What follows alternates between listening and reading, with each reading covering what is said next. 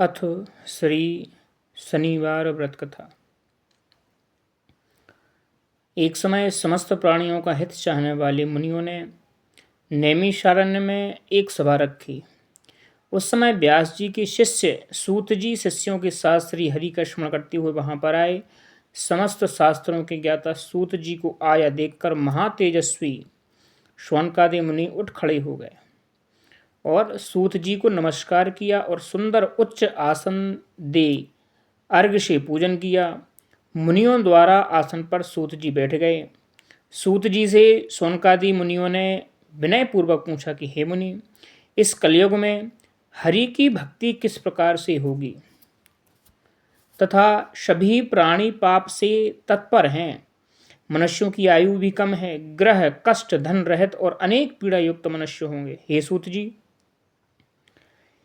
पुण्य अति परिश्रम से होता है। यदि कारण कलयुग में कोई भी मनुष्य पुण्य नहीं करेगा तो उसकी पुण्य नष्ट हो जाएंगे। इस कारण तुच्छ विचार करने वाले मनुष्य अपने वंश सहित नष्ट हो जाएंगे। हे सूत जी, जिस तरह थोड़े ही परिश्रम, थोड़े ही धन से थोड़े ही समय में पुण्य की प्राप्ति हो, ऐसा कोई उपाय हम लोगों को बतलाइए जिसके उपदेश से मनुष्य पुण्य को और पाप करता है, उसके पुण्य और पाप का वही मनुष्य भागी होता है। यह शास्त्र का निर्णय है। हे सूत जी, जो मनुष्य रत्न रूपी ज्ञान से दूसरों को संतुष्ट करते हैं, उनको मनुष्य रूप धारण किए हुए श्री हरि को जानना ही चाहिए। हे मुनि, कोई ऐसा व्रत बताएं जिसके करने से शनि के द्वारा प्रदत्त कष्ट मनुष्यों को ना भोगने पड़े तथा शनिदेव प्रसन्न हो जाएं। हे मुनि, शनि की ग्रह दशा में बहुत ही घोर कष्ट उठाने पड़ते हैं।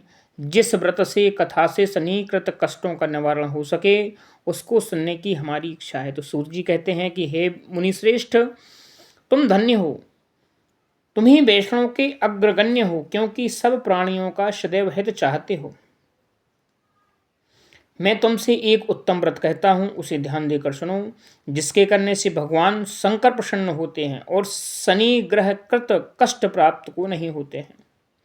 सूत जी बोले, युधिष्ठिर आदि पांडव वनवास में अनेक कष्ट भोग रहे थे। उस समय उनके प्रिय सखा श्री कृष्ण को आया देखकर उन्होंने बहुत सुंदर सत्कार किया और आदर किया। मन में बहुत ही प्रसन्नता मानी और सुंदर आसन पर बैठाया। श्री कृष्ण बोले, हे युधिष्ठिर, तुम कुशल पूर्वक हो? युधिष्ठिर बोले, भगवान आपकी कृपा है। प्रभु, कृपा करके कोई ऐसा व्रत बतलाइए जिसके करने से यह ग्रह कष्ट न व्यापे। शनि ग्रह बहुत कष्ट देता है, अतः ऐसा कोई व्रत बताएं जिससे इस कष्ट को छुटकारा मिल सके। तो श्री कृष्ण बोले कि हे राजन, आपने बहुत ही सुंदर बात पूछी है। मैं आपसे एक उत्तम व्रत कहता हूँ। मनुष्य भक्ति और श्रद्धा युक्त होकर शनिवार के दिन भगवान शंकर का व्रत करें तो उन्हें शनि की ग्रह दशा में कोई कष्ट नहीं होता है, उनको निर्धनता नहीं सताती है। इस लोक में अनेक प्रकार के सुखों को भोगकर अंत में भी शिवलोक की प्राप्ति होती है। युधिष्ठिर बोले, सबसे पहले यह व्रत किसने किया था, वह सब विस्तार से कृपा पूर्वक बतलाइए। तो भगवान कृष्ण विधि बतलाते हैं और कहते हैं, भगवान कृष्ण जी बोले, राजन, शनिवार के दिन, विशेषकर श्रावण मास में शनिवार के दिन लोह निर्मित शनि प्रतिमा को पंचामृत से स्नान कराकर अनेक प्रकार के गंध पुष्प अष्टांग धूप फल उत्तम प्रकार के नैवेद्य आदि से पूजन कराना चाहिए। शनि के 10 नामों का उच्चारण करें। तिल, जौ, गुड़, उड़द, लोहा, काले वस्त्र काले वस्त्र का दान करें।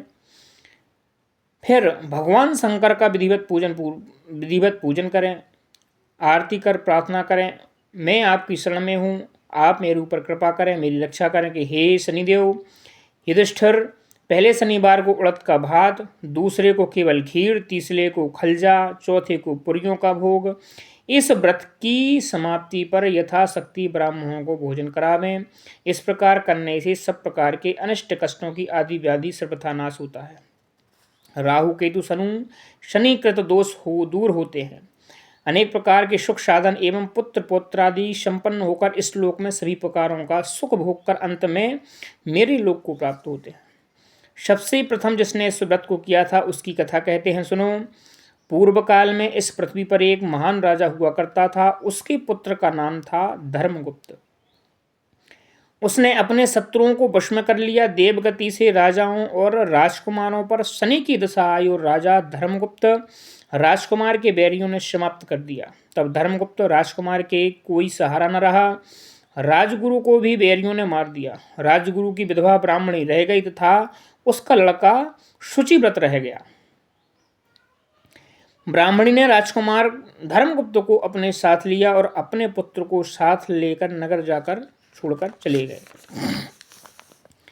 गरीब ब्राह्मणों दोनों कुमारों को बहुत कठिनाई से निर्वाह कर पाती।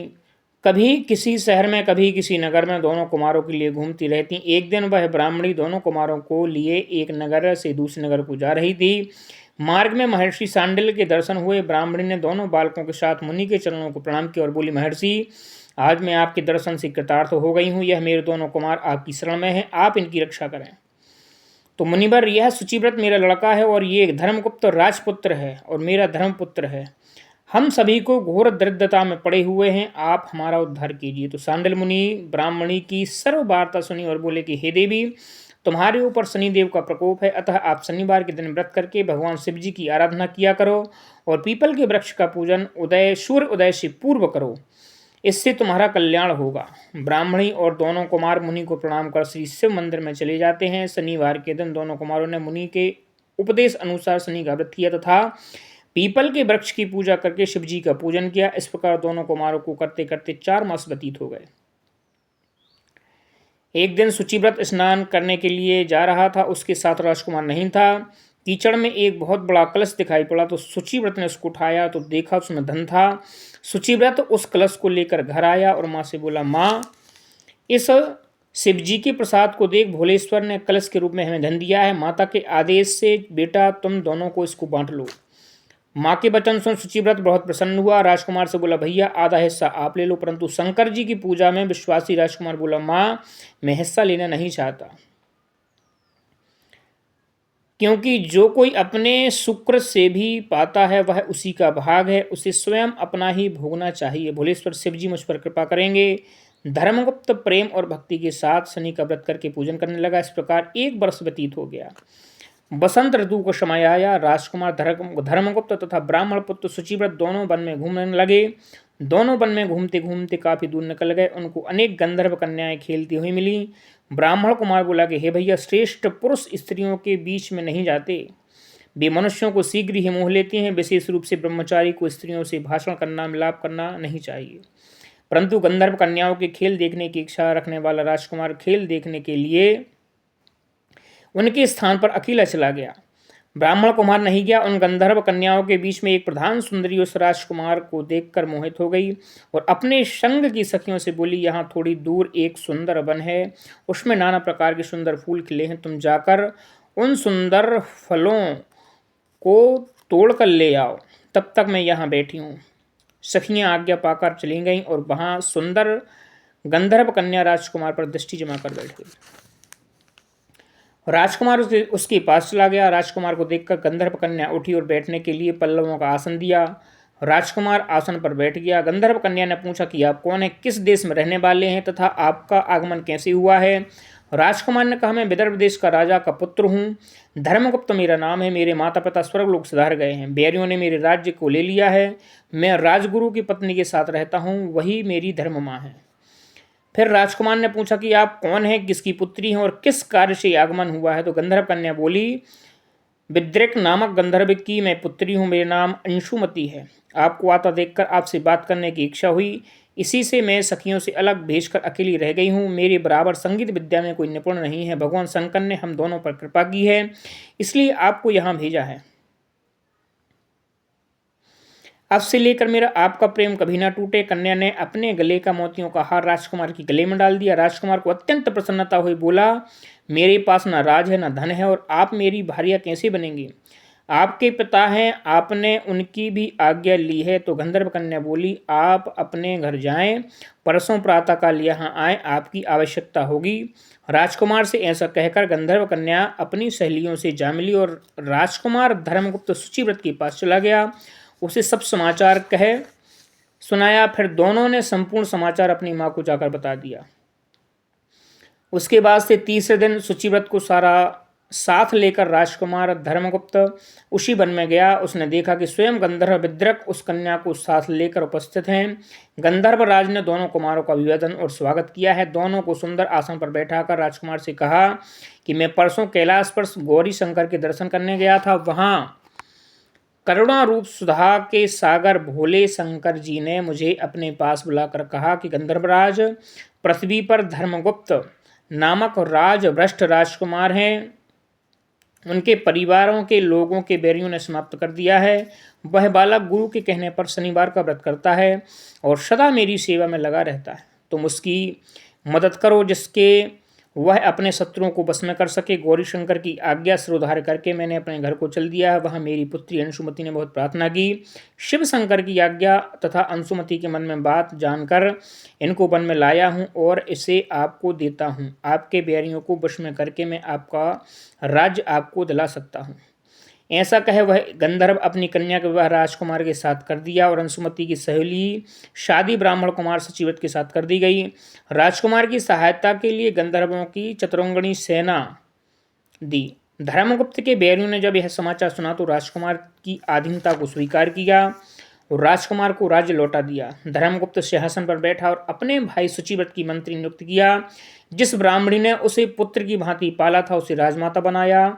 शनिवार के व्रत के प्रभाव से तथा शिव जी की कृपा से धर्मगुप्त इस प्रकार विदर्भ का राजा हुआ। इस लोक में नाना प्रकार के सुख भोग भगवान शंकर की पूजा कर शिवलोक को प्राप्त हुआ। भगवान श्री कृष्ण कहते हैं, हे पांडुनंदन, आप भी इस व्रत को करें। कुछ समय बाद आपको राज्य प्राप्त होगा और सभी प्रकार के सुखों की प्राप्ति होगी। आपके बुरे दिनों की शीघ्र समाप्ति होगी। युधिष्ठिर ने शनिवार का व्रत कथा सुनकर भगवान श्री कृष्ण की पूजा और व्रत आरंभ किया।